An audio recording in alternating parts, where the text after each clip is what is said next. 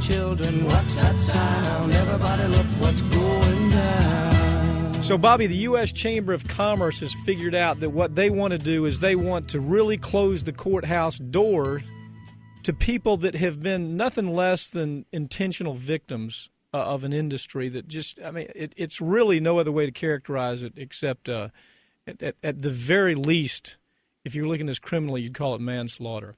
Tell us the story of mesothelioma. Tell us who's at risk, why they're at risk, how this all came about. Well, it's the mesothelioma victims right now who are at risk of the actions by the Chamber of Commerce.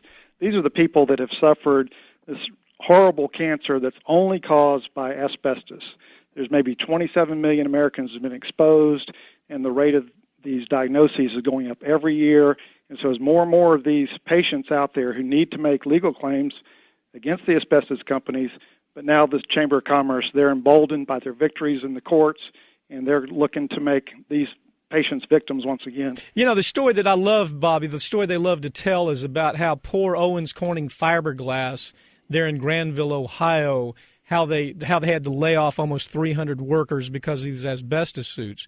And then when you started really looking behind that story, first of all, it was a lie. Well, they bogus it up. They phonied the whole thing up. U.S. Chamber of Commerce, as they usually do, they went out and they hired a bunch of biostitutes, basically intellectual prostitutes that'll say damn near anything for the right amount of money. So the U.S. Chamber of Commerce goes out and hires the National Economic Research Association, and they come up with this phonied up, bogus report claiming that the secondary impacts of asbestos liabilities in America are ruining our economy. But tell the story behind that. When all that BS was out there, when they were talking to congressmen, when they're actually testifying in front of committees under oath about this stuff, what was the truth about what the U.S. Chamber of Commerce was really saying?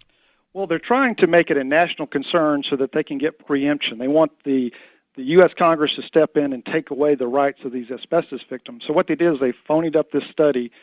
They paid this institute to come out with a report saying, oh, it was a big national economic crisis. And then they used figures of people that were laid off.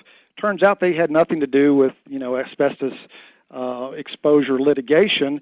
They got laid off after the company declared bankruptcy and didn't need them anymore. Yeah, I mean, my memory was there were people in Science and Technology Research Center, that they were office workers that were laid off that had nothing at all to do with the research saga, not one bit. Well, it's part of their plan, Pap, is now that they've been emboldened by these preemption decisions, we've seen it in the area of securities where they said, oh, the SEC now, they control everything, so even if there's fraud, you can't make a lawsuit against these companies that are at fault. They want to do the same thing with asbestos, so they phony up this national crisis so that they can get the Congress to do some bill, and then they want the courts to step in and say, okay, everything's been preempted, now you have no claims that you can make in a state court. Let me put it in perspective. First of all, as you point out, malignant mesothelioma is, first of all, there's only one cause, and it's caused